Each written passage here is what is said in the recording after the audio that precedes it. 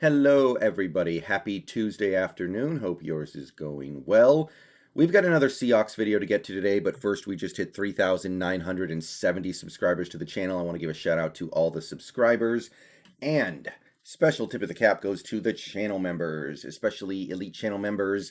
Brendon, Mikel, Hasher for MVP, Salacious Crumb, Ryguy, Brendan Nelson's Haircut, Fiji K Tigers, ItsHoof, The Reno, TVO, Austin Roberts, Scott Todd, PH Glass, Aaron Garrett, Arfman, 12th Man, Eli Bennett, Cassio Feria, Samoan, and new elite channel member, JoJo. All right. So, yesterday I talked about the Seahawks offense in 2021. I talked about how this offense was probably going to be a bit of a work in progress because we were bringing in a new system, new play caller, new scheme, and the general point I was trying to get across in that video was that we as fans need to kind of be ready for that, and we need to accept that that is part and parcel of bringing in that new offensive coordinator, which we needed to do. Clearly, we clearly needed to do something different from the Schottenheimer offense. But the general sentiment I was trying to express was we cannot hit the panic button after every 3 and out, every turnover, every game of 20 or less points. You know, every time something goes wrong, we can't just be going, oh, we need to cut that guy, we need to fire that guy, we need to trade for that guy. No, okay? This is going to be a process, and we as fans need to accept that in all likelihood, not definitely, because sometimes teams hit the ground running with a new scheme. It's happened before. But probably you're going to see some growing pains. And in this video, we're going to express the opposite sentiment about the other side of the ball, which is kind of funny because last year was the exact opposite. So in this video, we're going to talk about the Seahawks defense, and we're going to talk about why they should be good coming right out of the gate.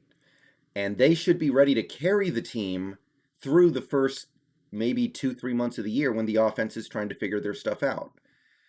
Because the pieces have been in place for a long time. We're going to have a full offseason this year. This is not like last year when COVID messed things up. And the resources we have put into this defense should be enough to produce good results immediately. Okay, so let's take a look at the depth chart on defense. Let's start with the players, because I already went through the offense and I talked about how all these guys are pretty familiar with each other. These guys were on the team last year, the year before in some cases, even years before that in many cases. And that level of familiarity they should have by now should be represented on the field by an immediate positive result from week 1 on. If you take a look at our Leos, all 4 of these guys were on the team last year. Dunlap, Alton Robinson, Daryl Taylor, Mayoa. I know Taylor didn't play, and, you know, he's probably going to go through some growing pains individually as a player whenever he gets on the field, but he was on the team last year, and even if he could not work physically, he was able to work mentally. One tech, Al Woods, he wasn't here last year, but last time he played football, he was here in this scheme with this defensive coordinator and head coach. He took a year off last year, but last time he played football, it was here under this defense, so he's not really new. Brian Monet was here last year. Poona Ford's been here for 3 years. LJ Collier's been here for 2 years, and this is a big year for him. Now, Kerry Hyder and Alden Smith are new, as much as Alden Smith is unlikely to actually play for us, unfortunately. Rasheem Green has been here for a while, so this defensive line, yeah, we added a couple new 5-techs, but mostly it's guys who have been here for at least a year, maybe more. And the guys who are new, they're only new nominally. Like Daryl Taylor is new in the sense that he wasn't actually able to play last year. Al Woods is new in the sense that he was half retired last year. Linebackers. All these linebackers, they were on the team last year. All of them have been on the team for at least 2 years except for Brooks. Wagner's been here for a decade. Barton and Burkervin have been here for 2 years. Brooks got here last year, but he played over, 400 snaps last year? Should be good to go. Cornerback, we did add some new guys. Akella Witherspoon, new. Trey Brown, he's new and he's a rookie. So I think we all understand that there's going to be a growth process there that could be bumpy for a little bit.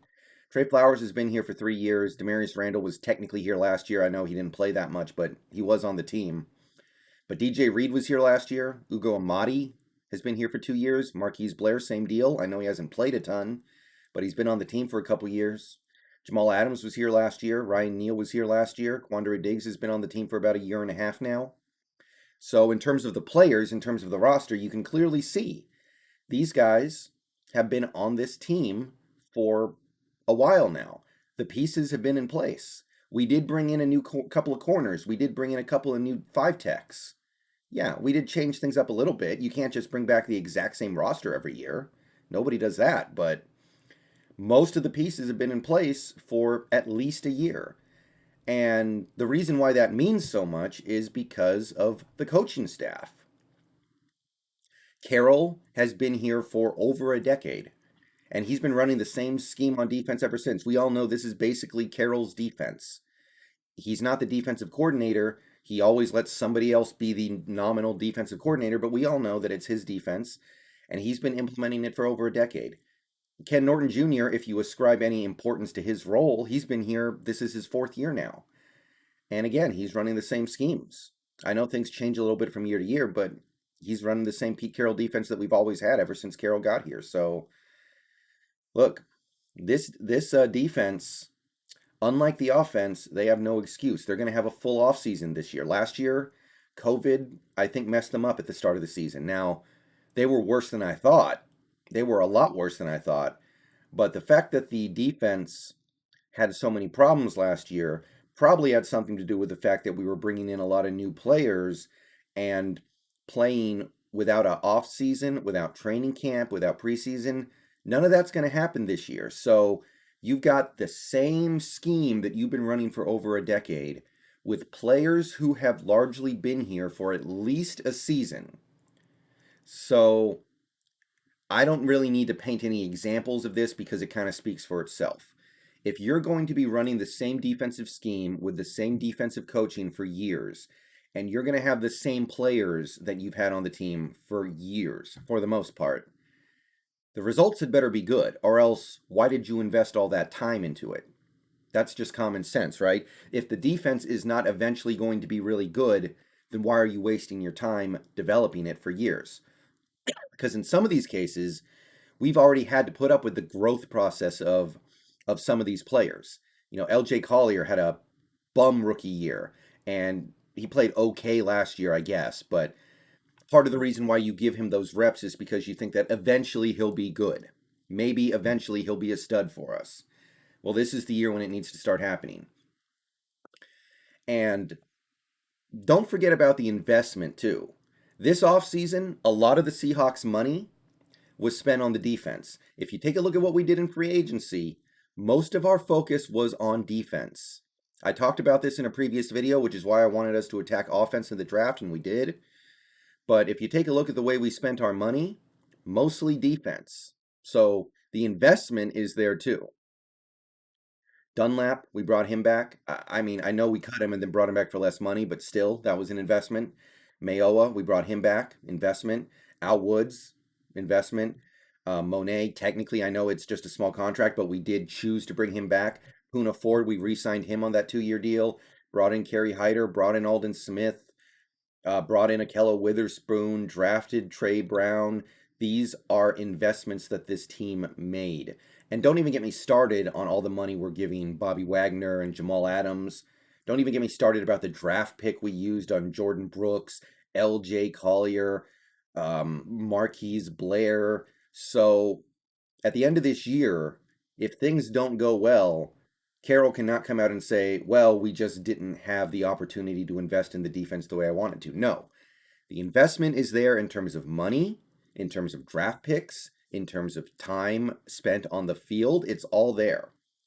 So if this defense is not good this year, and when I say this year, I mean basically immediately. I'll tell you right now, I have a panic button for this defense that I am ready to hit by halftime of week 2 if I have to. If this defense, if I don't like what I see by halftime of week 2, I will stomp down on that panic button and start wondering, why the hell did we put together this defense if it's not going to be good off the bat?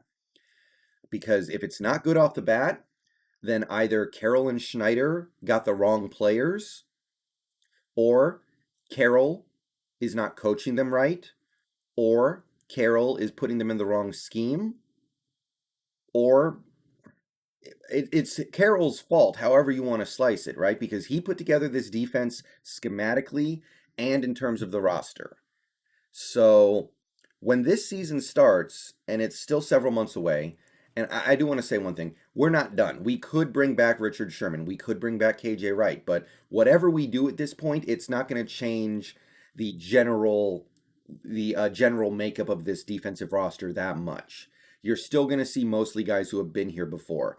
And even if we bring back Sherman, he's been in this scheme for years. I mean, he should have no problem integrating himself into the defense the way you might see someone like an Akella Witherspoon have. But if this defense is not good right off the bat this year, if it's not able to carry us to some wins through some offensive struggles, then look, Carroll, you messed up.